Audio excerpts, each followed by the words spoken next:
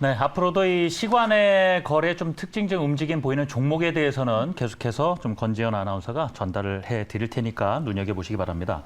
자, 오늘 함께할 두 분 인사 나누죠. 리워드홀딩스 김성훈 이사 그리고 MBN골드 이가람 매니저 오셨습니다. 안녕하십니까? 네. 안녕하세요. 안녕하십니까?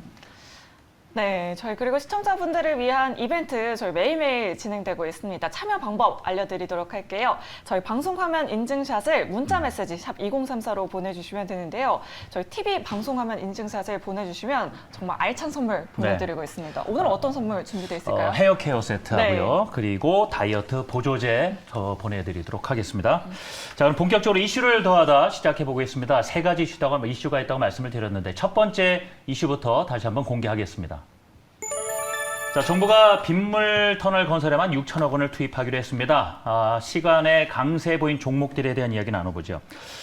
사실 6천억뿐만이 아닙니다. 서울시 전반지 지하 저류 시설에만 네. 2,250억에 지금 강남역 광화문에 6천억 그리고 도림천 그리고 신도림 쪽에 있잖아요. 도림천 지하 방수로에도 3천억을 투입하겠다. 와. 전체 따지면 1조 원이 넘는 규모가 되겠습니다. 네. 그러다 보니까 이 해저 터널 좀 건설한 토공 쪽 기술이 있는 기업들이 움직였단 말이지요. 네. 자, 이가람 매니저에게 이 관련주들 어떻게 봐야 될지 좀 여쭤봐야 되겠습니다.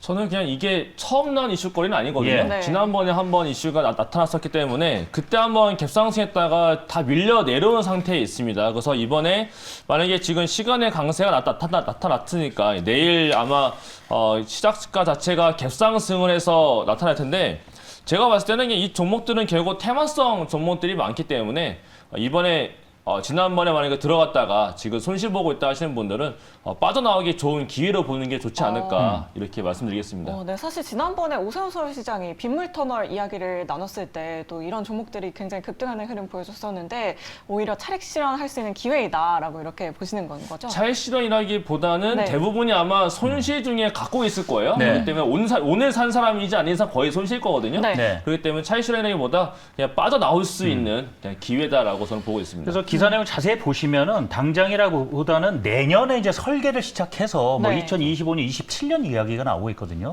그때 가서 막상 또 매출이 뭐 반영이 되면은 다시 한번 보더라도 오히려 지금 기대감에만 오른 것이다. 그렇죠. 이렇게 네, 좀 네. 결론을 내려봐야 되겠군요. 네. 네. 알겠습니다. 이쯤에서 이슈를 더하다 첫 번째 내용 정리를 해봤고요. 네, 이제 두 번째 이슈도 이슈로 확인해봐야 넘어가 되겠죠. 보도록 네. 하겠습니다. 오늘 시장이 아무래도 정말 차갑게 얼어붙은 것 같습니다. 뭐 킹달러, 유럽발 경제 위기, 유가, 천연가스 급등, 뭐 이런 악재성 기사들이 굉장히 쏟아져 나오면서 네. 사실 베어마켓 랠리가 끝나고 또 베어마켓으로 이제 진짜 접어든 것 아닌가 이런 우려들이 굉장히 많이 나오고 있습니다. 김성훈 이사님 어떻게 생각하시는지요?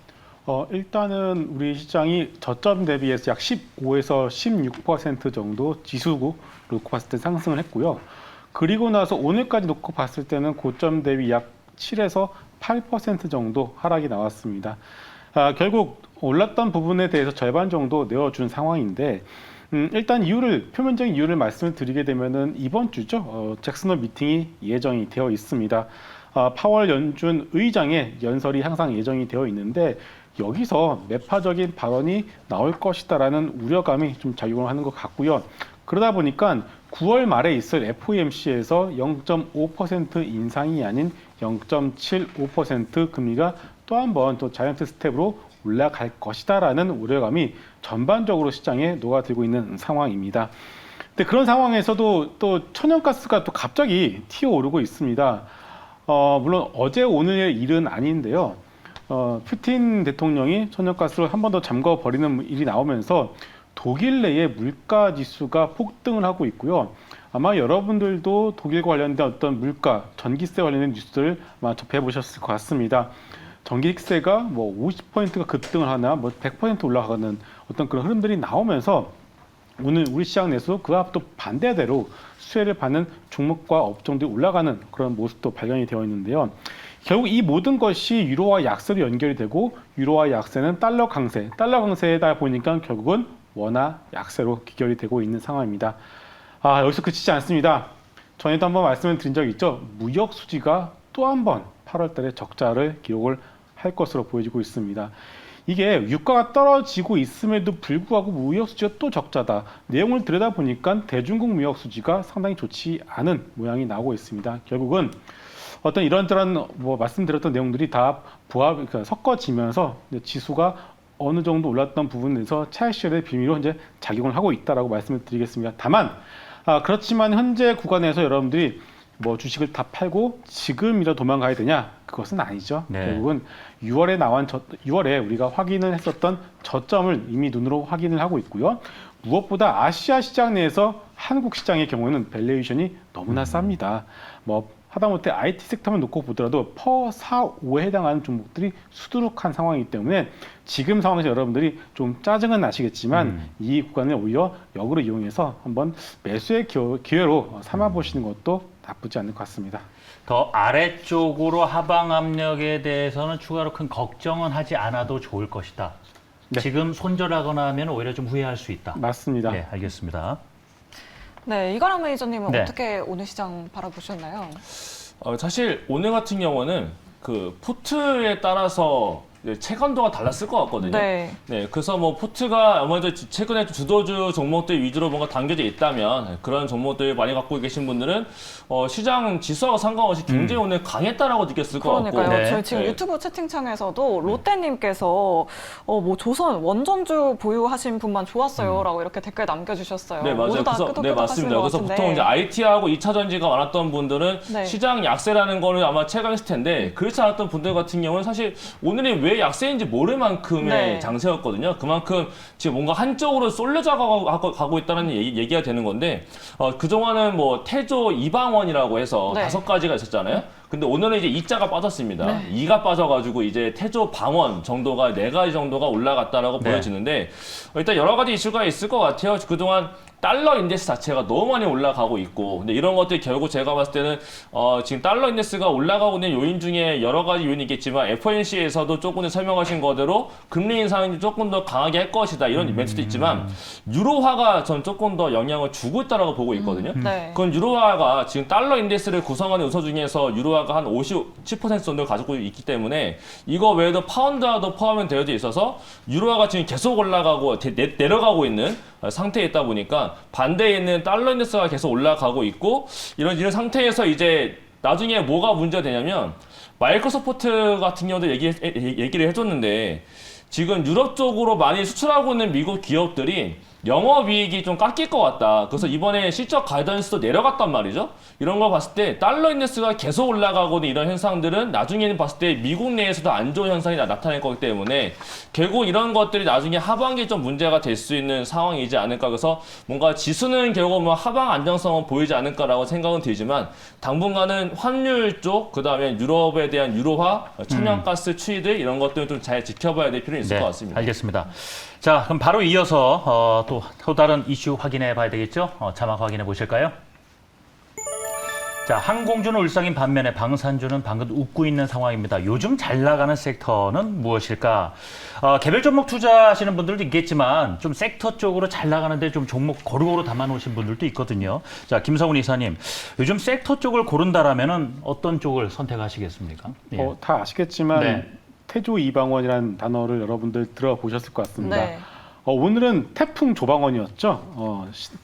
태양광, 풍력, 조선, 방산, 원전 네. 이런 섹터들이 상당히 강한 섹터 모습을 보여주었습니다. 그런데 이들 섹터가 갑자기 오늘 하루만 오른 것은 아니죠. 결국은 상반기 내내 강했었던 섹터이고 그런 흐름들이 결국 지금 와서 고민은 과연 이게 더 갈 것이냐 말 것이냐. 왜냐하면 예. 이게 중요한 이유가 없으신 분들도 분명히 많거든요. 네. 그렇기 때문에 지금 상황에서 과연 이들 섹터를 담아갈 것이냐 말 것이냐에 대한 어떤 질문이 더욱더 중요하지 않을까 싶습니다. 일단 제 개인적으로 방산 섹터에 대해서 한번 설명을 해드리고 답을 드리게 된다면은 네. 방산 섹터 같은 경우는 진입 장벽이 상당히 높습니다. 하지만 들어가기만 한다면 최소 10년에서 30년까지 유지보수 관련된 부분들의 매출을 기대를 할 수가 있습니다. 또 하나 예를 들면 로키드 마틴 같은 경우에도 전투기를 하나 팔면은 거기 끝이 아니라 유지보수 비용으로 전투기 한 대를 더 판다는 어떤 그런 생각을 가시면 될 것 같아요. 예를 들어서 얼마 전에 한 번 더 추락을 해서 좀 많은 걱정을 자아냈었던 F4 팬텀기가 있었습니다. 팬텀기가 언제 들어왔냐면은 거의 제 기억에 방위성금 모아서 사온 걸로 기억하고 있거든요. 1970년대. 결국 40년이 지나서까지도 쓰고 있다는 것이죠. 결국 이런 사실들이 우리나라 같은 경우는 방산주에 대해서 아직까지도 뭐 현재 뭐 단적 예를 들면은 현대로템을 가지고서 지금 뭐 얼마가 매출이 나오는데 마진이 얼마이기 때문에 더 못 올라간다라는 의견도 많지만 그것은 아마 몰라서 하는 일이라고 저는 생각합니다. 천대라는 어떤 K2 전차를 수출하게 되면은 결국은 플랫폼의 어떤 산업 가지고 갈 수밖에 없는 것이고 규모의 경제로 가게 되면은 거기서 나오는 고정 레버리지에 따른 영업이익은 어마어마하게 올라갈 수가 있기 때문에 결국 앞서 말씀드린 이런 내용들을 감안해 본다면 네. 지금 방사는 끝이 아니라 시작일 가능성도 있다라고 저는 말씀을 드리겠습니다. 알겠습니다. 그렇다면 하나 더 여쭙죠. 요즘 뭐 유럽이 에너지 대란 아니겠습니까? LNG 이야기가 그래서 계속해서 나오고 있는데 네. LNG 쪽 섹터는 어떻게 보시는지 짧게 또 의견 들어보겠습니다. 네, 네. LNG 역시도 마찬가지입니다. 결국은 유럽이 러시아로부터 에너지 안보를 지켜내느냐, 못 지켜내느냐 이 문제이기 때문에 결국 LNG를 받아내기 위해서는 기화 설비를 만들어야 되는데 이 기화 설비는 두 가지 타입이 있습니다. 첫 번째로는 육지에다 만드는 기화 설비, 두 번째로는 배에다가 만드는 기화 설비가 있는데 이 두 개, 육지 같은 경우는 5년이 걸리고 배 같은 경우는 최소 2년에서 3년이 걸립니다. 이제 시작입니다. 네. 그렇기 때문에 결국 LNG에 관련된 종목들, 뭐 한국카본, 피팅주들, 성강밴드, 태광, 그리고 더 넓게 봐서는 조선주, 현대중공업, 현대미포조선까지 이들 관련된 LNG 섹터 여러분들이 지속적으로 보실 필요가 있다고 말씀드리겠습니다. 네, 김성훈 이사님께서는 방산 관련주, 뭐 LNG 관련주 좀 눈여겨보자라고 이렇게 말씀해 주셨는데, 자 그럼 이가람 매니저님은 어떤 섹터 좀 눈여겨보고 계세요? 일단은 오늘 보신 것처럼 네. 태양광이나 풍력 에너지가 많이 올라가졌잖아요. 결국 필요한 거는 그들이 잘 돌아가려면 전력 인프라가 굉장히 많이 필요하기 때문에 그들과 또 같이 올라갈 수 있는 것 중에 하나가 전력 인프라에서 변압기에 관련된 종목들. 예를 들자면 현대 일렉트릭 이런 거 제가 저번 달에도 많이 한번 설명했던 종목이 되겠는데 전력 인프라에서 현대 일렉트릭도 마찬가지고 그다음에 LS 일렉트릭, 재료운 전기가 다 변압기에 관련된 종목들이거든요. 근데 특징적인 거는 세 가지가 다 수주 잔고가 굉장히 높게 형성이 되어 있어요. 네. 그래서 현대 일렉트릭도 앞으로 매출액이나 영업이익이 앞으로 더 잘 나올 수밖에 없는 종목이고 또 하나가 재료운 전기는 시가총액이 조금 작습니다. 근데 1,000억 원대에 있는데 수주 잔고가 2,000억이에요. 잔고가 2,000억인데 시가총액이 반밖에 안 됩니다. 네. 그러면은 당연히 올라가 될 수밖에 없고 가장 이번에는 영업이익이 생각보다 안 나왔던 이유는 북미향 매출이 많이 안 나왔어요. 근데 수주잔고 자체가 북미향으로 다 쏠려져 있기 때문에 3분기, 4분기 이제 하반기부터 북미향 매출이 이제 잡힐 걸로 알려져 있거든요. 그래서 이제는 3분기부터 북미향 매출이 잡히기 시작한다는 얘기는 고환율이기 때문에 환율 효과에다가 매출액과 영업이 마진까지 좋아진 종목인데 잔고 대비 시가총액이 제거밖에 안 되면 이런 종목 안 사면 살 게 없는 거죠. 그렇기 때문에 결국 저는 전력 인프라 종목을 좀 잘 봐야 되지 않을까 이렇게 말씀드리겠습니다. 네, 사실 전력 인프라 관련주는 최근 시장에서 그렇게 많이 언급되진 않았던 종목인데 좀 눈여겨봐야 할 필요가 있는 것 같습니다. 또 다른 섹터 좀 눈여겨볼 만한 섹터 있을까요? 일단 원자재 쪽에서 네. 최근에 지금 독일의 전력 가격 자체가 원체 올라가다 보니까 네. 지금 공장 가동률이 많이 떨어지고 있거든요. 네. 그렇다 보니까 오늘 같은 경우도 뭐 송원산업도 올라가고 오늘 또 굉장히 많이 올라갔던 것 중에 하나가 티켓 휴켄스도 올라가고요. 네, 그거 말고 또 하나가 9월 달부터 네덜란드에는 아연 관련된 아연 만드는 재련소가 있는데 그 재련소가 이제 문을 닫습니다. 그렇다는 얘기는 유럽에서 최대의 지금 31만 톤 정도를 만드는 회사가 되는데 그 회사가 문을 닫아버리면 네. 아연 쪽 가격이 좀 올라갈 수가 있을 것 같거든요. 그럼 국내에서 이미 고려 아연 쪽 올라가 있고 최근에 좀 많이 이제 올라가려고 하는 것 중에 하나가 이거 진짜 작은 종목인데 한해화학이라는 종목이 있어요. 네. 근데 이거는 이제 그 산화 아연 쪽에서 국내 점유율 1위 기업이기도 합니다. 근데 최근에 주가 추이를 봤을 때도 박스권 뚫어내려고 하고 있고 9월 1일부터 아연 관리 이슈가 있으니까 원자재 쪽에서 하나 아이디어를 본다면은 뭐 한해화학까지도 네. 직접 보시면 좋지 않을까 이렇게 네, 말씀드리겠습니다. 사실 원자재 쪽에서는 요즘 농산물 가격 상승을 가장 많이 언급을 하고 있는 그쵸, 것 같은데 매니저님은 한 스텝 더 앞을 보고 계시네요. 그렇다면 반도체 쪽은 어떻게 보시나요, 매니저님? 저는 반도체 쪽은 네. 단기 모멘텀은 아닌데 네. 지금 9월 달에 이슈가 있는 게 AMD도 DDR5 관련된 거 하나 출시를 할 거고 그다음 인텔에서는 9월 27일부터 28일까지 이제 인텔 이노베이션이라고 해가지고 DDR5 관련돼서 사파이어 레피즈 관련된 내용 발표가 또 있고 네. 앞으로 이제 DDR5 서버 쪽으로 나간다는 내용이 되는 겁니다. 그러면 DDR5 관련된 종목이 대표적으로 3개가 있는데 뭐 TAB도 있고 아비코전자, 뭐 ISC 이런 종목들이 있거든요. 근데 이들 종목 같은 경우에는 이미 실적이 잘 나오고 있는데 그건 지금 PC용 때문에 잘 나오고 있는 거고요.